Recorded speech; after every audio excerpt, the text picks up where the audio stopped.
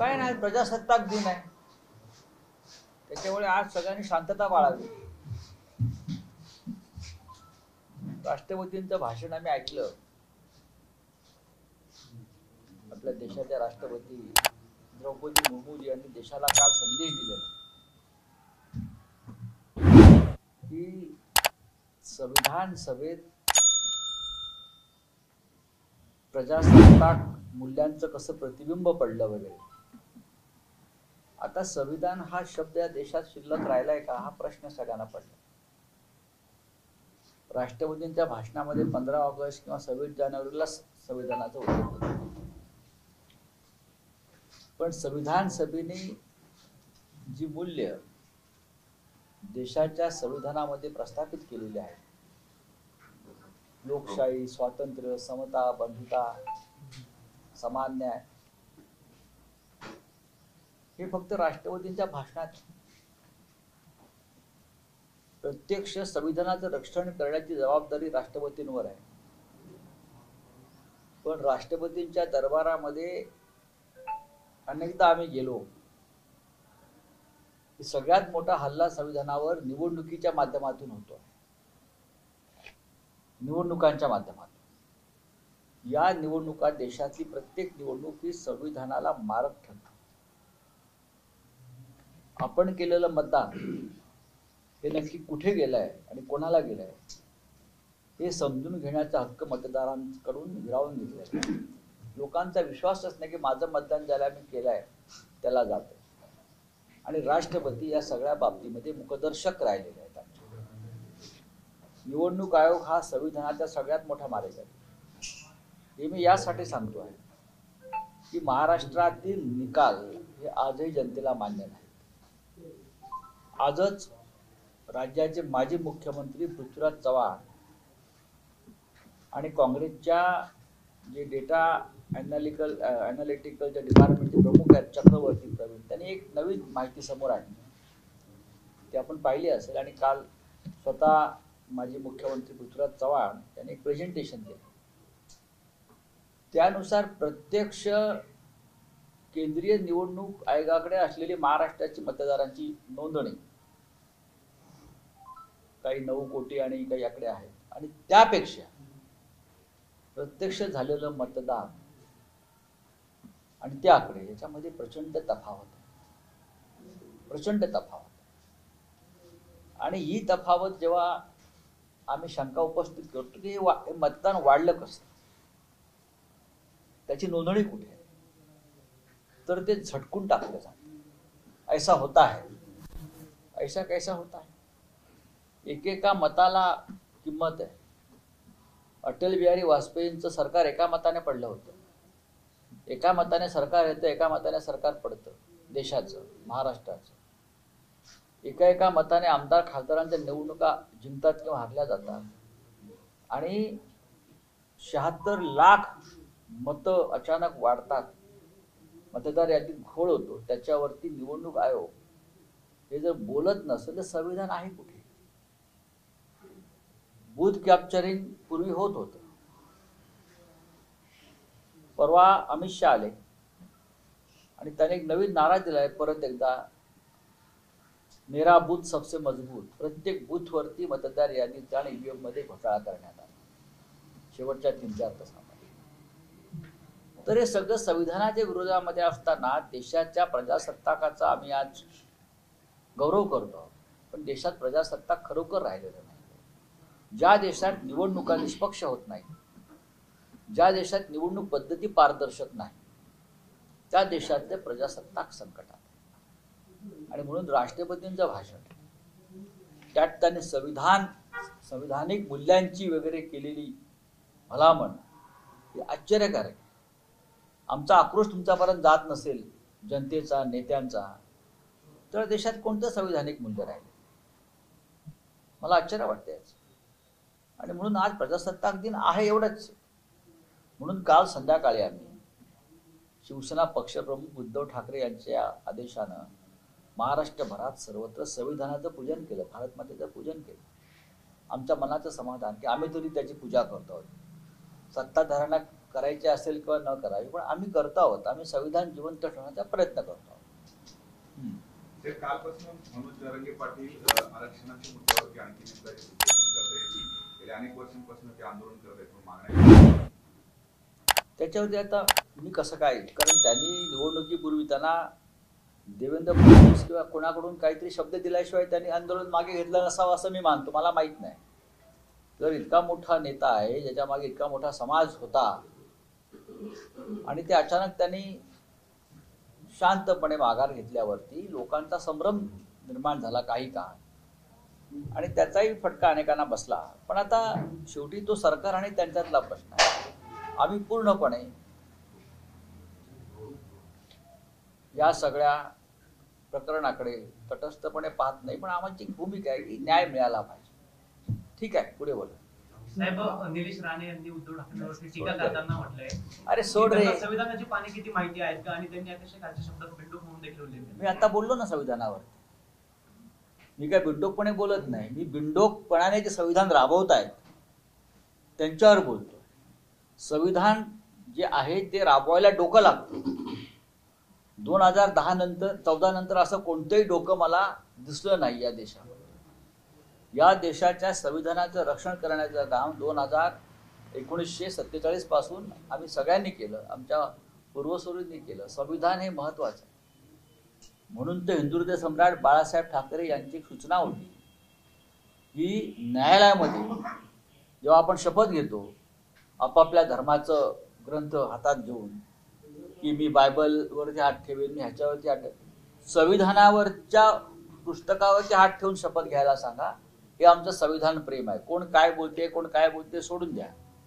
त्यांनी आपली पूर्वीची भाष्य संविधान, वीर सावरकर, हिंदुत्व ही एकदा वाचावी, आणि कोण बिंडोक आणि कोण डोकेबाजी समजून घ्यावं. मला त्याच्यावर फार चर्चा करायची नाहीये. सत्ता माणसाला बिंडोक बनवते हे मला आता अलीकडे दिसतंय. नामर्दांच्या हातात सत्ता गेली किंवा वेड्यांच्या हातात सत्ता गेली तर काय होऊ शकतं हे आज देशातलं चित्र आहे. ही सत्ता ज्या पद्धतीनं राबवली जात आहे हे उत्तम डोकं असल्याचं लक्षण नाही. सर, आज इमरजेंसी फिल्म को लेके काफी कुछ लिखा गया है शाहनामे में, आपने फिल्म देखी थी, आपका क्या कहना है? मैंने इमरजेंसी देखी, इंदिरा गांधी की इमरजेंसी मैंने देखी है. तो इमरजेंसी समझने के लिए ये जो एक्ट्रेस है कंगना राणावत की फिल्म देखने की जरूरत नहीं है. फिल्म पिट गई है पूरी तरह से. हमने इमरजेंसी देखी है. जो दिखाया है इमरजेंसी फिल्म में ऐसा नहीं हुआ है, ऐसा नहीं हुआ है. उनसे ज्यादा खराब इमरजेंसी आज देश में चल रही है. आज क्या चल रही है? वही चल रहा है. मैं ये मानता हूं. मैंने आज अभी संविधान की बात करी. द्रौपदी जी मुर्मू हमारे राष्ट्रपति का भाषण संविधान के ऊपर हुआ है. 1975 में जब ये इमरजेंसी लागू हुई तो उस रात, ऐसा बीजेपी के लोग बोलते हैं, उस रात राष्ट्रपति भवन में राष्ट्रपति फखरुद्दीन अली अहमद सोए थे. उनको 12 बजे उठाया और जो ऑर्डिनेंस था इमरजेंसी लागू करने का उसके ऊपर सिग्नेचर लिया और देश में आपातकाल लागू हो गया. आज राष्ट्रपति को रात को जगाने की जरूरत नहीं है. आज के 10 साल में देख रहा हूं मैं, आज दिन दहाड़े इमरजेंसी लागू होती है और राष्ट्रपति भवन जाकर ऑर्डिनेंस पर सिग्नेचर करने की भी जरूरत नहीं है. मैं ये बोलता हूं आज ऐसी इमरजेंसी लागू है, प्रधानमंत्री की लागू है, गृह मंत्रालय की लागू है इमरजेंसी, मुख्यमंत्री की इमरजेंसी अलग होती है. यहाँ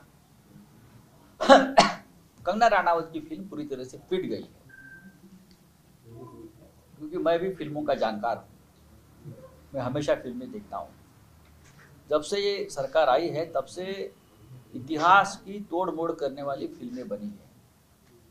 चाहे ताशकंद फाइल हो, चाहे कश्मीर फाइल हो, चाहे मनमोहन सिंह के ऊपर बनी हुई एक्सीडेंटल प्राइम मिनिस्टर हो, ऐसी बहुत सी फिल्में हैं तो उसको पिट गई. उसमें जो इतिहास या जो वारदात दिखाई है वो सच नहीं थी. वैसे ये फिल्म इमरजेंसी है. 1975 में इमरजेंसी लगाई ज़्यादा नहीं थी। उस वक्त की जो बातें हो रही थी उस बारे में आप जरा एक बार देख लीजिए क्या हो रहा था देश में। एक केंद्रीय मंत्री की हत्या हो गई, देश के प्रधानमंत्री इंदिरा गांधी को मारने की साजिश रचने वाले और उसके लिए बॉम्ब की फैक्ट्री बनाई थी इंदिरा गांधी को मारने के लिए। डायनामाइट बॉम्ब ब्लास्ट का जो एक चला कार्यक्रम। जॉर्ज फर्नांडिस बड़े नेता थे, हम उनके भक्त रहे हमेशा, लेकिन अगर प्रधानमंत्री को मारने के लिए कोई बॉम्ब की फैक्ट्री बनाता है तो उस वक्त क्या उनकी पूजा होनी चाहिए? आज मुख्यमंत्री को या प्रधानमंत्री को कोई एक खत लिखता है धमकी भरा या कोई फोन करता है तो भागम भाग होती है और उस व्यक्ति को सालों साल जेल में रखा जाता है। वही उस वक्त हो रहा था गंभीर तरीके से। तो सरकार कार्रवाई करेगी ना। इमरजेंसी में कुछ बातें गलत होती है, वो गई होगी, उसके लिए इंदिरा गांधी ने माफी भी मांगी। बहुत बड़ा मन था उस नेता का, आज है। आप कौन सी बात करते हो इमरजेंसी? हमने देखी है इमरजेंसी।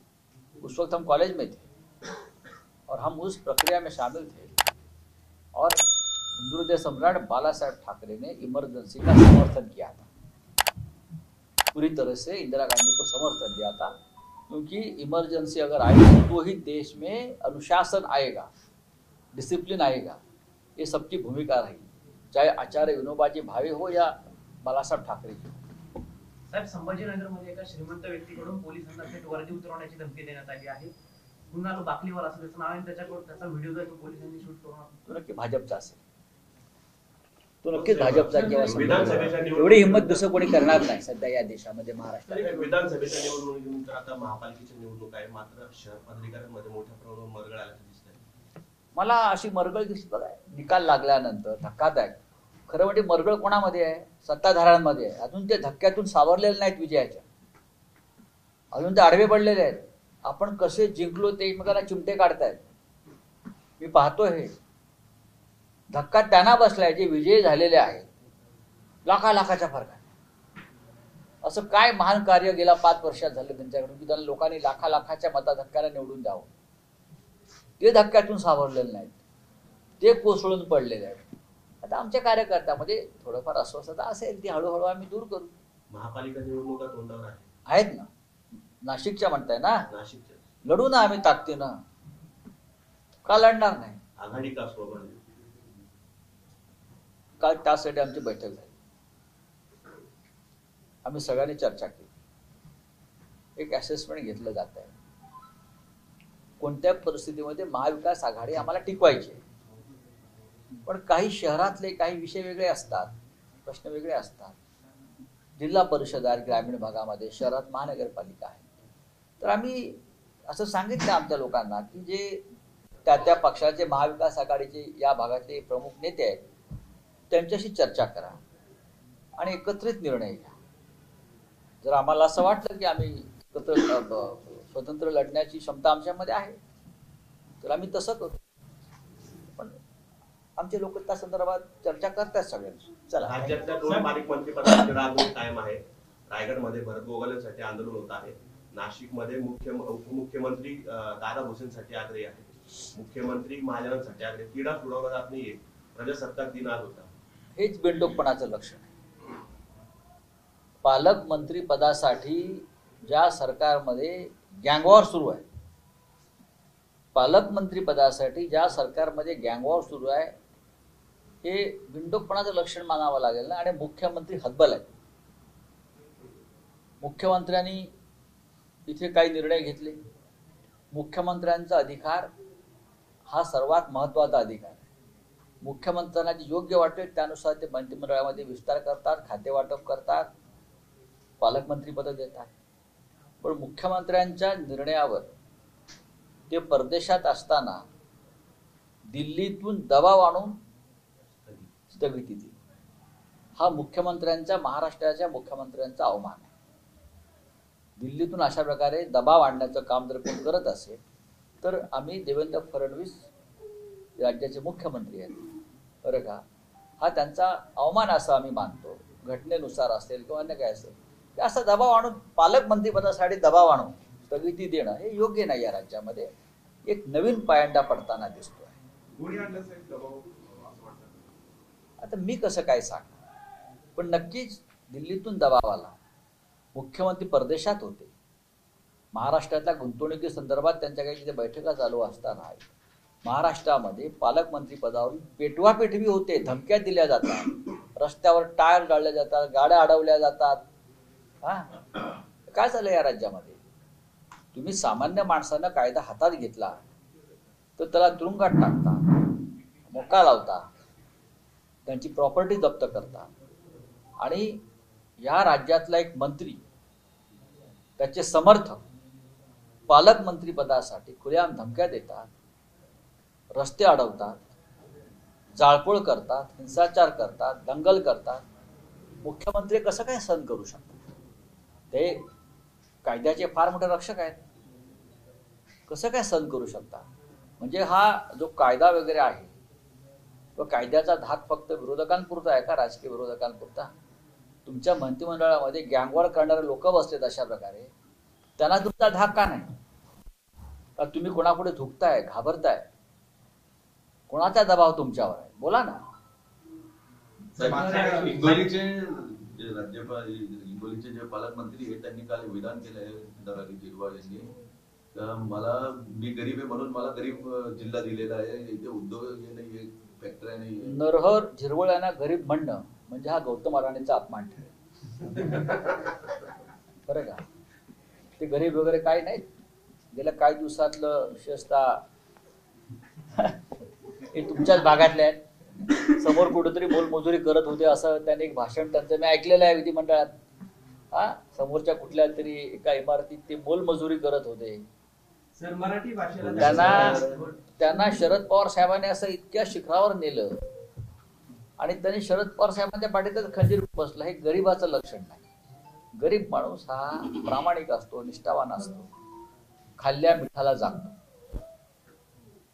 ठीक आहे. मागच्या काही दिवसांपासून ते मुख्यमंत्री दावोस मध्ये होते, मोठी गुंतवणूक आणलेली आहे अशा पद्धतीचा दावा मुख्यमंत्र्यांचा आहे. आपण या सगळ्या दौऱ्याकडे आणि त्या गुंतवणुकीकडे बघा, गुंतवणूक जर आली असेल तर त्याचं स्वागतच आहे. अनेक वर्ष प्रत्येक मुख्यमंत्री दावोसला जातो. मागच्या वर्षी श्रीमान एकनाथ शिंदे गेले होते, पण 15 लाख कोटीचे वगैरे करार केल्याच्या घोषणा केल्या. हे 15 लाख कोटी कुठे आले आहेत? आजही ते सरकारमध्ये आहेतच ना.